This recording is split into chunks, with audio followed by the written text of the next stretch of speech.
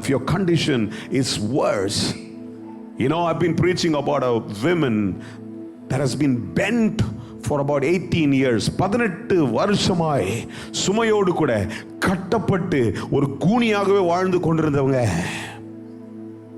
ஒன்றுதான் அவர்களுக்குள்ள இருந்தது என்ன தெரியுமா? ஒரு விசுவாசம் தேவன் பேர்ல.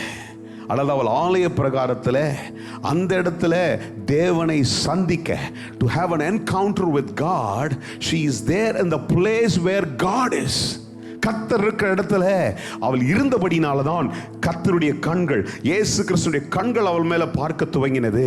இயேசு மனதுருக்கத்தோடு பார்த்து அவளை சும்மா பார்த்துட்டு போயிடல, அவளை கிட்டே அழைத்து அவளை தொட்டு சொல்றாரு, இதோடு கூட உன்னுடைய சூழ்நிலை, இதோடு கூட கட்டப்பட்டிருந்த உன்னுடைய சூழ்நிலை, குனிர்ந்ததுடைய சூழ்நிலை நிமிர்த்தப்படுவதாக என்றால் உடனே சொஸ்தம் அடைந்தாள்.